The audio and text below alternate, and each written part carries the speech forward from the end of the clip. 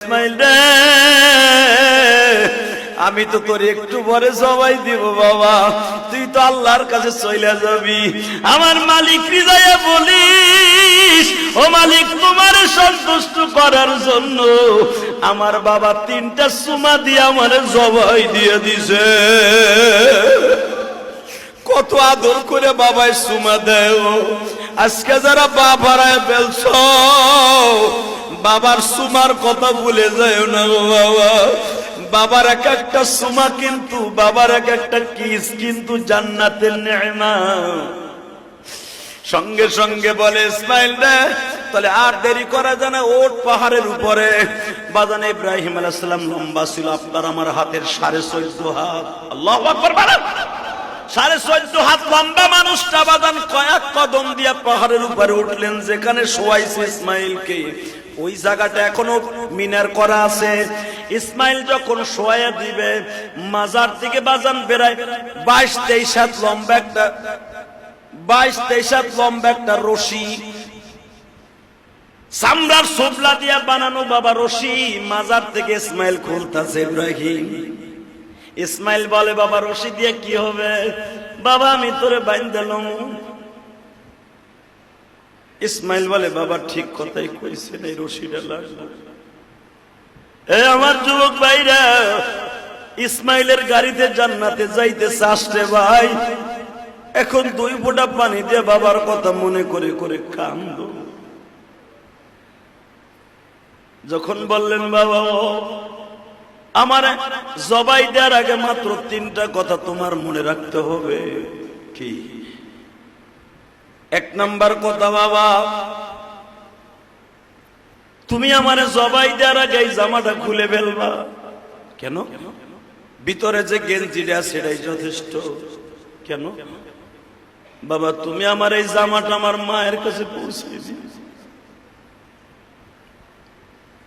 বাবা গো, যদি জামাই রক্ত মাখা অবস্থায় দাও, আমার মা বেশি কষ্ট পাইব। কে? মায় মনে করব তুমি আমার জোর করে জবাই দিছো, এই জন্য রক্তগুলো জামায় লাগছে, অতর্কিত হামলা করছো।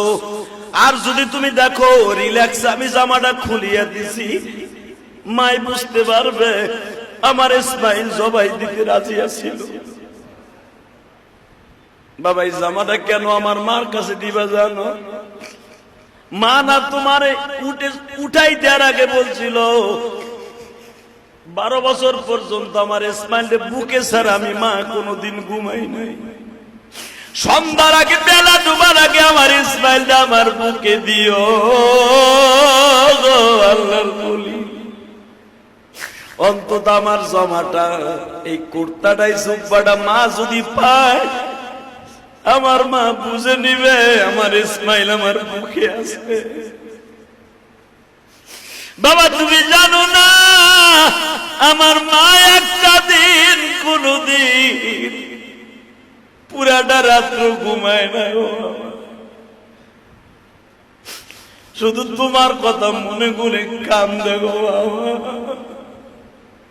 পৃথিবীতে আমার মায়ের মতো স্বামী সোহাগী কোন মহিলা আছে কিনা জানি না গো বাবা। এই শর্তের মধ্যে আর একটা কথা, এখন আপনারা কানবেন। বাবা তুমি তো আমার এই হাত দিয়ে জবাই দিবা, কয় হ্যাঁ। তোমার হাত 2টা আমার গালের সাথে লাগাইলাম। বাবা তোমার ঠোঁটটা আমার ঠোঁটের সাথে লাগাইলাম। দুনিয়ার নিয়ম, বাবাই যদি সন্তানদের চুমা দেয়, সন্তান এখন রিটার্ন বাবার একটা চুমা দেয়।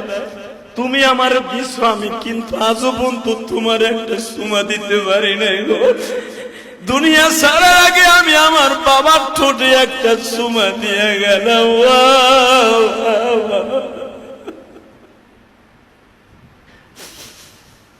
আমি জমিনে শোয়ার আগে একটা ওয়াদা আমারে দাও, তুমি কি আমার পরে রাজি বাবা?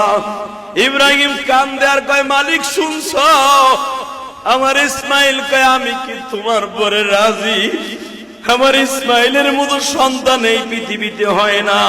বাবা আমি তোর পরে খুশি, তাড়াতাড়ি শুইয়া পর, আল্লাহ বেজার হয়ে যাইব। ইসমাইল বলে বাবা মাত্র আর 2টা মিনিট কি, ও বাবা তাড়াতাড়ি আমারে বাইন্ধে ফেললাম, কিন্তু ছুরির নিচে দেওয়ার আগে একটা ওয়াদা দাও। কি বাবা? তোমার হাত 2টা দাও। দিলাম। হাত 2টা চুমা দিলাম কেন জানো? ও বাবা এই 12টা বছর আমার মায়ের ঘরে একদিনও তুমি থাকো নাই। আমি তো ছুরির নিচে যাব, ছুরির নিচে যাওয়ার আগে তুমি একটা ওয়াদা দাও, আমার মা কোনোদিন একা ঘুমায় নাই আমারে বুকে ছাড়া, আমি মরে যাওয়ার পরে তুমি আমার মাকে একা রাখবা না, তুমি আমার মায়ের ঘরে ঘুমাইবা। আমার মাকে দেখার মতো আর কেউ থাকবে না গো আল্লাহর পরে তুমি তাও। আমার মারে তুমি কোনদিন আর একা রাখবা না, আমার মা একা হয়ে গেলে আমি ইসমাইল কষ্ট পাবো। ইব্রাহিম কাঁদে আর বলে যাও, আমি ওয়াদা দিলাম গো বাবা, আমি আর তোর মায়ের একা রাখবো না, তোর বড় মায়ের আমি তোর মার কাছে নিয়ে আসবো। এতদিন আমি তোর বড় মায়ের কাছে ছিলাম, এখন তোর বড় মাকে আমি বাক্কা শহরে বাইতুল্লাহতে নিয়ে আসবো, কারণ আল্লাহ বলেছে তোরে জবাই দেওয়ার পরে কাবাঘর নির্মাণ করতে।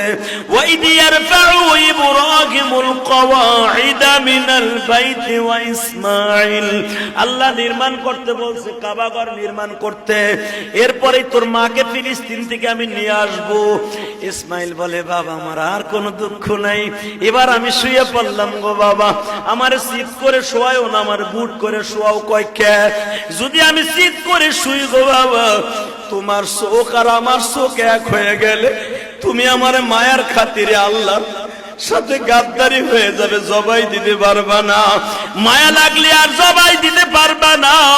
তোমার চোখ 2টা বাঁধা লও, আমার উপর করে শোয়া দাও, আমার গলার মধ্যে হাতটা ঢুকাই এইভাবে পোষ দিও বাবা, কিন্তু বেশি দেরি কইরো না গো বাবা।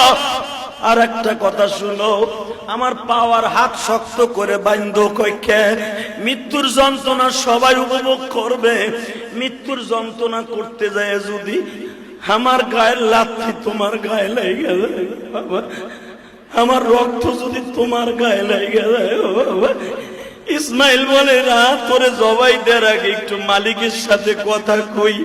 আল্লাহ তুমি একটা কথা কও, দুনিয়ায় এমন কোন সন্তান দেখছো মরার আগে বলে আমার মৃত্যুর যন্ত্রণায় যদি তোমার লাথি তোমার শরীরে লেগে যায়, আমি ইসমাইল আমার মওলার কাছে কি জবাব দিব? ও আমার যুবক ভাইরা, মৃত্যুর আগে যদি ইসমাইল তার বাবার এত ভালোবাসতে পারে, তোমরা কেন বাসতে পারবা না গো বাবা? এই ইতিহাস যখন জিবরাইল আমার নবীর সামনে বলতাছে, ইসমাইলের কুরবানির কথা যখন বিজিবিহিন আযীম, এই আয়াতের তাফসীর খুলে দেখেন, ওয়াদাদাইনা আইয়া ইব্রাহিম قد صدقت الرؤيا كذلك نجزي المحسنين। আয়াতের তাফসীর খুলে দেখেন, আমার নবীর কাছে যখন কুরবানির বর্ণনা, ইসমাইলের কুরবানির বর্ণনা করতেছে জিবরাইল, নবী আমার কান্দে আর বলে, ইসমাইল রে, আমি যদি তোমার জায়গায় হইতাম আর ইব্রাহিমের জায়গায় যদি আমার বাবা আব্দুল্লাহ হইতো, আমি মুহাম্মাদের ওই হুকুম পালন করা কষ্ট হয়ে যাইতো। ও ইসমাইল,